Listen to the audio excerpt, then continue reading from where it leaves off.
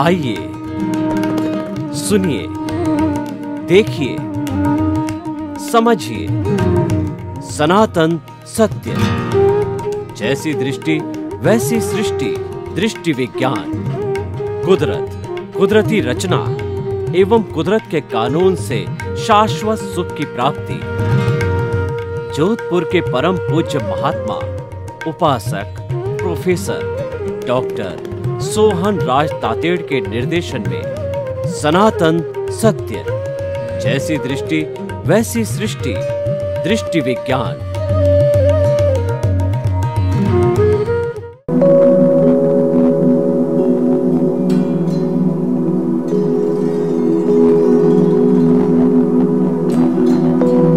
एक ऐसा अंतर्राष्ट्रीय ख्याति प्राप्त मानव जो गुरु प्रेरणा से पिछले 20 वर्षों से वानप्रस्थ जीवन जीते हुए 24 घंटे मानवता की सेवा में संलग्न है।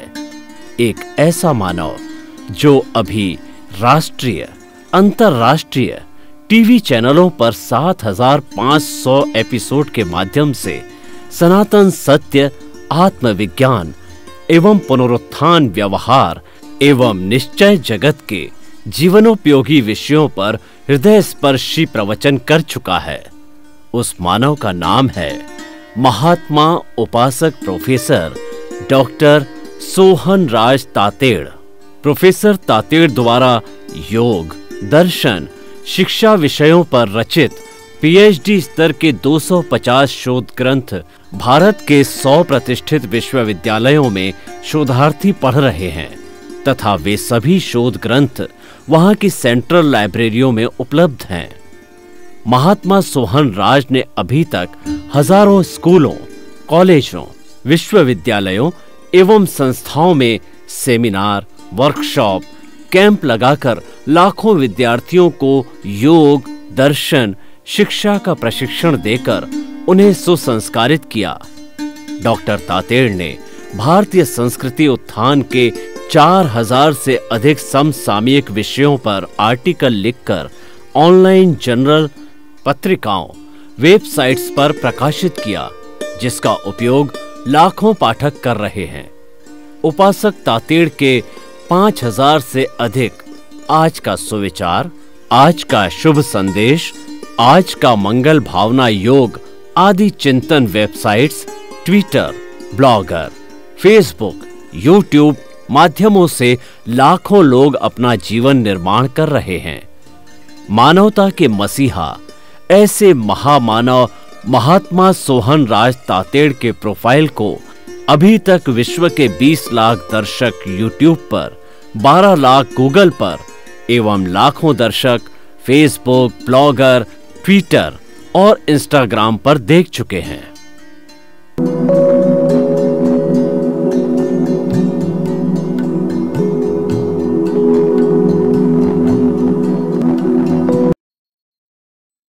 भाई और बहनों, मातृशक्ति को नमन।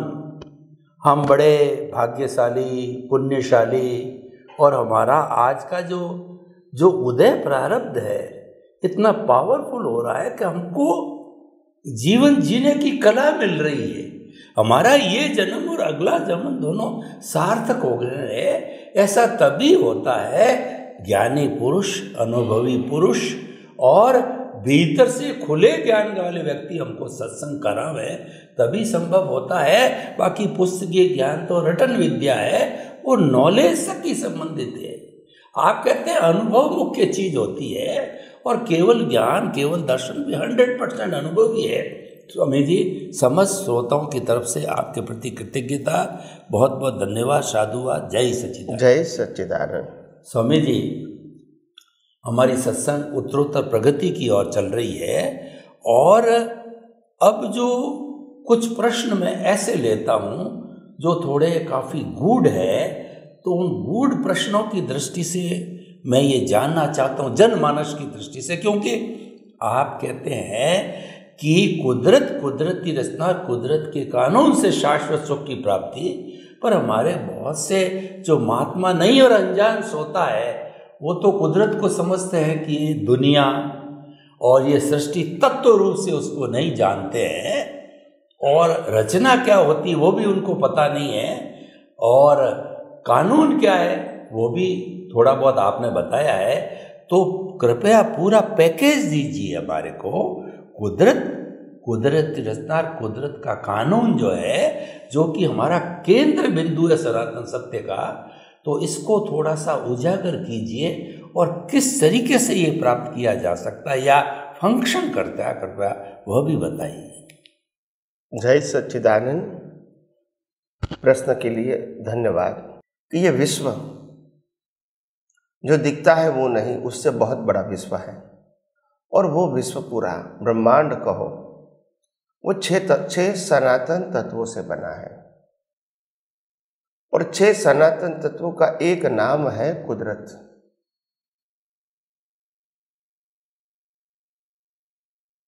और कुदरत का मतलब होता है स्वयंभू। क्या होता है? स्वयंभू। तो 6 तत्व कौन सा है जिससे ये पूरी दुनिया, सृष्टि, ब्रह्मांड बना हुआ है? तो पहला तत्व है चेतन तत्व, जिसको हम आत्मा भी कह सकते हैं। दूसरा तत्व है जड़ तत्व, जिससे ये अवस्थाएं बनी है, मैटर। तीसरा तत्व है गति सहायक यानी मोशन, मूवमेंट। चौथा तत्व है स्थिति सहायक यानी स्थिरता, नॉन मूवमेंट। पांचवा तत्व है समय, यानी कोई भी अवस्था का आइडेंटिफिकेशन टाइम से होता है। और लास्ट तत्व है स्पेस, जिसमें ये सब कुछ एक्टिविटीज होती है। तो ये कैसे काम करता है? चेतन की हाजिरी में जड़ की अवस्था जो होती है, उसमें गति सहायक, स्थिति सहायक, टाइम और स्पेस, ये 4 तत्व अवस्था को सहायक बनते हैं। तभी अवस्था की बिगिनिंग और एंड होता है, और तत्व परमानेंट रहता है। तत्व की उत्पत्ति और नाश नहीं है, मगर तत्व कोई भी अवस्था में सहायक बनता है, गति, स्थिति, समय और स्पेस के आधार से। तो ये 6 तत्वों का एक नाम है कुदरत। और दुनिया को समझ में नहीं आया, इसलिए उसको कहा भगवान। ये दुनिया भगवान ने बनाई है और भगवान चलाता है, ऐसा हम सुनते हैं लौकिक भाषा में।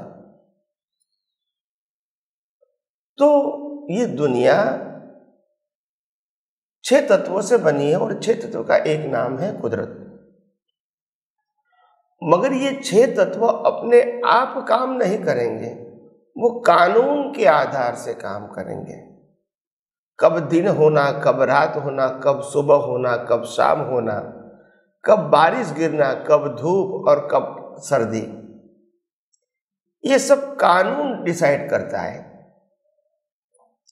कब पूनम होना, कब अमास होना, ये भी कानून तय करेगा। वो फिक्स होगा, रैंडम नहीं होगा। कब भर्ती होगी, ज्वार और भाटा, ये भी कुदरत तय करेगा। कब सूर्य ग्रहण होगा, कब चंद्र ग्रहण होगा, ये भी कुदरत तय करेगा। और इसके अलावा ये जो सूर्य है, चंद्र है, ग्रह, नक्षत्र, ये पृथ्वी और इनकी सब अवस्थाएं, ये सब कुदरती कानून से काम करता है। कोई अपनी मर्जी से काम नहीं कर सकता है। और हम जो कर्म करते हैं एक इंसान के रूप में, वो कर्मों का फल भी तय करता है कुदरत, क्योंकि फल भी उसको ही देना है, फल की अवस्था भी उसको देना है। तो भले ही हम कर्म करेंगे मगर फल तो वो ही तय करेगा कि इस कर्मों का फल क्या देना है। तो कहने का मतलब कुदरत के बाद दूसरा आता है कुदरत का कानून, जो पूरी सृष्टि को भी लागू होता है और हर जीव को लागू होता है एक समान। रामकृष्ण महावीर के जीवन को जो कानून लागू हुआ था वही कानून हमारे जीवन के लिए भी लागू होता है, और देवलोक नरकलोक का कानून भी उसी कानून के ऊपर आधारित है।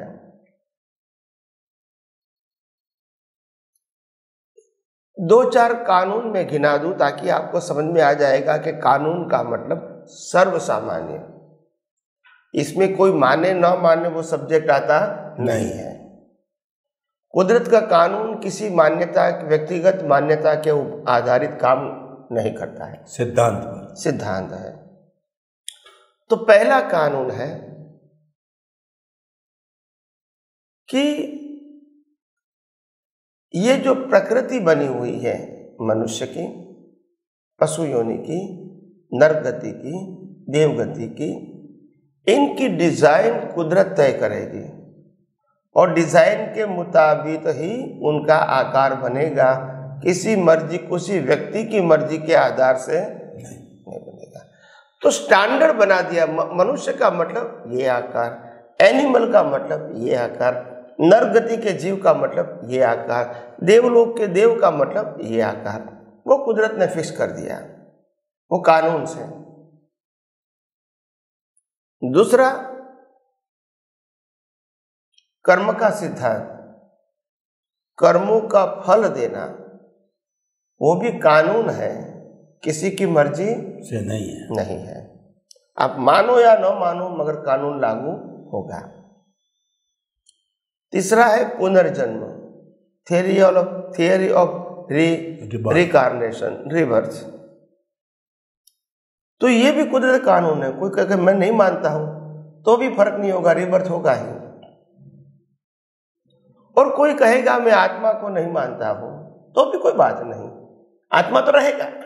आपके मानने न मानने से कोई फर्क नहीं होगा।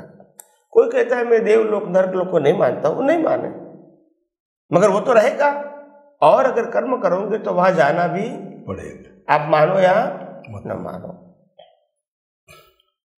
तो कहने का मतलब कुदरत का कानून का मतलब सबको लागू होता है। उनकी जानकारी है या नहीं है वो इम्पोर्टेंट नहीं। मगर कुदरत ये कहती है कि जानकारी होना एज अ ह्यूमन आवश्यक है, क्योंकि अगर ये जानकारी होगी तो ही आपको मालूम होगा आप कौन है या आप कौन नहीं है, आपकी शक्ति क्या है और आपकी शक्ति क्या नहीं है, ये जान सकोगे। और तभी लाइन ऑफ डिमार्केशन का भेद विज्ञान पड़ेगा, एक परमात्मा का और एक प्रकृति का, दोनों क्या हो जाएगा, अलग हो जाएगा। प्रकृति का क्रिएटर, ऑपरेटर, डिस्ट्रॉयर कुदरत रहेगा, और परमात्मा तो स्वयंभू है, इसका कोई क्रिएटर होता नहीं है, ऑपरेटर भी नहीं होता है और डिस्ट्रॉयर भी नहीं होता है। तो ये बात सब धीरे धीरे समझ में आती है। तो इसीलिए कुदरत, कुदरती कानून, कुदरत और कुदरती कानून से बनी हुई विश्व की सभी अवस्थाएं जो हम 5 ज्ञानेंद्रियों से अनुभव करते हैं, ये सभी अवस्थाएं कुदरती रचना है। रचना ही कुदरत की है। और इसीलिए कुदरती रचना होने के नाते कोई भी अवस्था में हम अगर खुद कर्ता बनते हैं, खुद मालिक बनते हैं या खुद भोक्ता बनते हैं तो यह अज्ञान है। या तो सामने वाले को कर्ता देखते हैं, सामने वाले को भोक्ता देखते हैं, यह भी अज्ञान है। मैंने कुछ पाया, मैंने कुछ खोया, यह भी अज्ञान है। मेरा जन्म हुआ, मेरा जीवन है, मेरा मृत्यु है, यह भी अज्ञान है। मैं सोच सकता हूं, मैं बोल सकता हूं, मैं क्रिया कर सकता हूं स्वतंत्रता से, यह भी अज्ञान है। तो कुदरत कहती है ये सब रचना तो कुदरत की है, कर्म आपका है, कर्म का प्रोग्राम आपका है, मगर भुगतान के लिए बॉडी और संजोग कुदरत देते हैं और कुदरत ले भी लेते हैं क्योंकि उनका है। कहने का मतलब कि कुदरत का जो काम है वो तो चलता ही रहता है, मगर आम लोगों को कुदरत और कुदरती रचना समझ में नहीं आया और कुदरती कानून समझ में नहीं आया, तो लोग कहते हैं ये दुनिया भगवान ने बनाई और भगवान चला रहा है और सब कुछ बाद में भगवान के पास ही रहेगा। तो ये एक्चुअली क्या था? हमारे ऋषि मुनि ने जो बताया था कि ये दुनिया को बनाने, चलाने और अंत करने वाला कुदरत है, तो इंग्लिश लोगों ने अपनी भाषा में क्या कहा? Generator, operator and destroyer. तो वो GOD शॉर्ट फॉर्म कर दिया। बाद में वो गॉड का शॉर्ट फॉर्म ही गॉड बन गए। फिर किसी ने सोचा नहीं कि गॉड का फुल फॉर्म क्या है और फिर परंपरा चल पड़ी और हमारे हिंदुस्तान में लोगों ने गॉड को भगवान कहा, उन्होंने गॉड कहा। गॉड का मीनिंग गुजराती में क्या बता दिया? भगवान। तो ये चलता रहा, सच्चाई किसी ने जानने का प्रयास नहीं किया।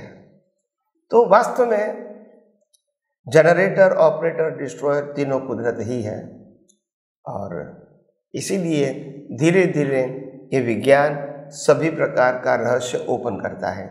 जो था मगर हाइड हो गया था, इसको रीओपन करता है। विज्ञान कभी क्रिएट नहीं कर सकते। तो इसीलिए इतना बड़ा सहज, सरल और सुगम और सैद्धांतिक विज्ञान आध्यात्म विज्ञान के माध्यम से दुनिया के लिए प्रस्तुत हो रहा है। ये दुनिया के लोगों के लिए सद्भाग्य की बात है। ये विज्ञान मिलने के बाद ही आपका विजन साइंटिफिकली साइंस की ओर जाएगा। उसके पहले धर्म के माध्यम से आध्यात्म विज्ञान समझना आसान नहीं है, पॉसिबल भी नहीं है। एनीवे, तो कुदरत, कुदरती कानून और कुदरती रचना, उसके अंदर ही पूरा ब्रह्मांड समा गया और ब्रह्मांड के अंदर हमारा मन वचन काया भी उसमें समा गया। इससे बाहर कुछ है नहीं, इससे बाहर है सत चित आनंद स्वरूप शुद्ध आत्मा, जो चेतन है, जो अविनाशी है और जो अनंत शक्तियों वाला है, वो आत्मा है। वो आत्मा का कोई क्रिएटर, ऑपरेटर, डिस्ट्रॉयर नहीं है। तो बात यह है कि कुदरत, कुदरती कानून और कुदरती रचना ये आध्यात्म विज्ञान का थीम है और साइंस समझने के लिए ये थीम समझना बहुत आवश्यक है। तो इसीलिए जैसे जैसे आगे बात चलती रहेगी, हम नई नई बात करते रहेंगे। स्वामी जी, आपका बहुत बहुत धन्यवाद। श्रोतागण, मैं संक्षेप में स्वामी जी के इस गूढ़ सिद्धांत को बताना चाहता हूँ कि कुदरत का अर्थ होता है 6 सनातन तत्व, जिसके अंदर चेतन, जड़ और उसके बाद गति सहायक, स्थिति सहायक, टाइम और स्पेस। ये जो है एक पर्टिकुलर कानून से चलते हैं, उसका नाम कुदरत का कानून। ये प्राकृतिक होता है और एक व्यक्तिगत होता है जिसको व्यवस्थित शक्ति बोला जाता है। वो हमारे को कर्म फल के लिए संयोग जुटाती है, उसका नाम व्यवस्थित शक्ति है, वो उसी की ब्रांच है। और ये 6 तत्व जब सारा बदलते हैं तो इनकी अवस्थाएं बदलती रहती है, जैसे हमारे शरीर की, जीवन की अवस्था बदलती। ये सारी समस्त 5 इंद्रियों से दिखाई देने वाली समस्त सृष्टि की जो अवस्था है, कुदरती जो है वो रचना कहलाता। कितना सुंदर है और कितना अद्भुत है। ये हिडन विज्ञान आपके माध्यम से हमारे सामने आया और इसको जब विदेशी लोगों ने जो कहा कि ये जो कुदरत को जो है क्रिएट, जो जनरेटर, ऑपरेटर, डिस्ट्रॉयर गॉड मान लिया, उसको ईश्वर मान लिया। और लोगों ने, कई शास्त्र बताते हैं कि ये जो है भगवान चलाता है और भगवान ने इसको बनाया है। स्वामी जी, बहुत अच्छा विश्लेषण और बड़ी बहुत ही उपयोगी चीज़ हमारे को मिली। स्वामी जी, कोई व्यक्ति अपनी उम्र के अंतिम पड़ाव पर आ जाता है, आयुष्य का दिन 80 साल का, 90 साल का, जितना जितना उतना आयुष्य होता है, तो ऐसे समय में शरीर भी उसका अशक्त हो जाता है, यानी कि वो बराबर बैठ भी नहीं सकता और इतना उसकी याददाश्त भी कमज़ोर हो जाती है, इंद्रियां भी कमज़ोर हो जाती है। 80+ के मान लीजिए लोग, ऐसे लोग जो मात्र अपने केंद्र के अंदर जो है इस सनातन सत्य को या कुदरत जितना कुदरत के कानून को स्थापित करे, इसी को भगवान माने, इसी को साधना माने और शेष समय अपना बड़ा आनंद के साथ गुजारे सारी चीज़ समझ करके, तो मैं ये कहना चाहता हूँ कि ऐसा व्यक्ति जो है, जो लोग संथारा के लिए समाधि मरण कहते हैं या अन्य अन्य उपाय बताए गए हैं, जो इच्छा मृत्यु के लिए, जो समाधि मरण के लिए, अंतिम समय को प्राप्त करने के लिए, तो मैं कोई तुलना नहीं करता, फिर भी संतुष्टि की दृष्टि से अगर अध्यात्म विज्ञान के इस जो हमारे मूल्य थीम को अपना करके हम जीवन का लक्ष्य बनावे, तो क्या हम सही रास्ते पर हैं और हम अच्छा जो आगे पा सकते हैं। कृपया थोड़ा वो दूसरी जो विचारधाराएं चलती है इच्छा मरण की, तो क्या भी ये उसी रूप में माना जा सकता है? कृपया अध्यात्म विज्ञान की दृष्टि से खुला कीजिए। देखो, सिंपल बात तो मृत्यु, जन्म, जीवन, मृत्यु, ये तीनों कुदरती कानून के ऊपर आधारित है और ये तीनों की अवस्था देना वो भी कुदरत का काम है। हम भुगतान करने वाले हो सकते हैं, डिसाइड करने वाले नहीं हो सकते हैं। दूसरी बात, मृत्यु होना एक स्वाभाविक प्रक्रिया है, ये कोई विशेष प्रक्रिया नहीं है। जो जन्म लेता है उसका मृत्यु तो होगा ही, ये लॉ ऑफ नेचर है। तीसरा, जब मृत्यु होता है तो कई लोग कहते हैं कि इच्छा मृत्यु कहें, कई लोग संथारा कहें, कई लोग सुसाइड कहते हैं और कई लोग कहते हैं कि अपने आप को अग्नि में जला देना, समाधि ले लेना, सती प्रथा, जो भी परंपराएं चल रही थी। तो कहने का मतलब ये है कि ऐसा होता है तो लोगों को लगता है कि हमारे हाथ में कुछ है मृत्यु, मगर वास्तव में ऐसा नहीं है। जब भी कोई कानून कुदरत का होता है और अगर इंसान अगर वो अपने हाथ में लेना चाहते हैं तो उसके हाथ में आता नहीं है मगर वो मान जाता है कि हमारे हाथ में है। वास्तव में कानून तो किसी के हाथ में नहीं है, कुदरत के हाथ में है, मगर वो क्या मानता है कि मेरे हाथ में है मृत्यु। और इसीलिए कई सारे लोग जैन धर्म के अंदर संथारा लेता है, इसका इच्छा मृत्यु कहते हैं। कई लोग, डॉक्टर भी कहते हैं मेरे को दुख सहन नहीं होता है, आप मेरे को पॉइजन दे दो ताकि मैं मर जाऊं, इसको भी इच्छा मृत्यु कहते हैं। कई लोग जीते जी समाधि ले लेते हैं, धीरे धीरे श्वास बंद कर देते हैं, वो भी इच्छा मृत्यु है। और बुद्धिज्म में भी इच्छा मृत्यु की बात कही गई है। इसके अलावा कई लोग अपनी मर्जी से सुसाइड करते हैं। तो ये सब क्या है? क्या वो अपनी मर्जी से करते हैं? नहीं। तो कुदरत कहती है मर्जी से कैसे कर सकते हैं? तुम्हारा कर्म बाकी है और तुम्हारा आयुष्य कर्म बाकी है, तो तुम मरना चाहोगे तो भी नहीं मर सकते हो। जैसे जन्म जीवन हमारे कंट्रोल में है, ऐसा मृत्यु भी कुदरत के कंट्रोल में ही है कि मृत्यु के लिए ऑप्शन नहीं दिया है कुदरत ने, मगर हाँ अलग अलग प्रकार की मृत्यु की अवस्था हो सकती है। इसमें से एक है इच्छा मृत्यु, समाधि मृत्यु कहो या सुसाइड भी कहो, जो भी कहो।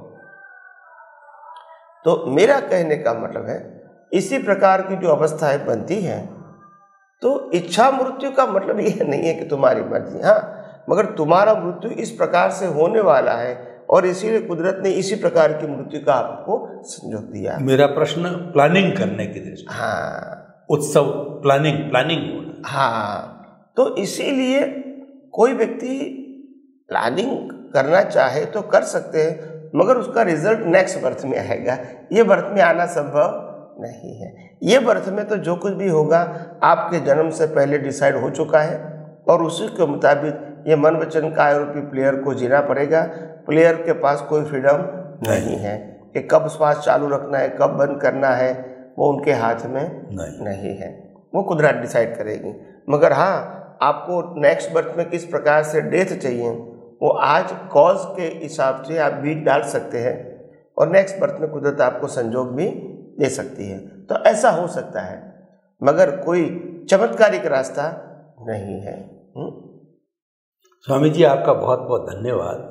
आपने बहुत अच्छी तरह से स्पष्टीकरण किया कि सब कुछ कुदरत के हाथ में है और आप अगर ये मानते हो कि ये चीज़ मेरे हाथ में है, इच्छा, मृत्यु, समाधि, जितने भी प्रकरण हैं वो आपके हाथ में नहीं है, आप अपनी संतुष्टि के लिए उसको अच्छे तरीके से, ताकि ये सब चीज़ें आपकी संतुष्टि के लिए है, वो आप कर सकते हो। तो आपका ये स्पष्टीकरण बहुत अच्छा है और जो लोग काफ़ी अवस्था को प्राप्त होते हैं इस संतुष्टि को भी के लिए अपने अपने तरीके से काम कर सकते हैं। रिलेटिव सत्य, रियल सत्य, लेकिन कुल मिलाकर के हम सनातन सत्य को मानने वाले, हमें हर क्षण केंद्र के अंदर सनातन सत्य, कुदरत, कुदरत इतना और कुदरत के कानून को रखना, ये सबसे बढ़िया रोल मॉडल है। स्वामी जी, आपके प्रति बहुत कृतज्ञ, धन्यवाद, साधुवाद। जय सच्चिदानंद। जय सच्चिदानंद।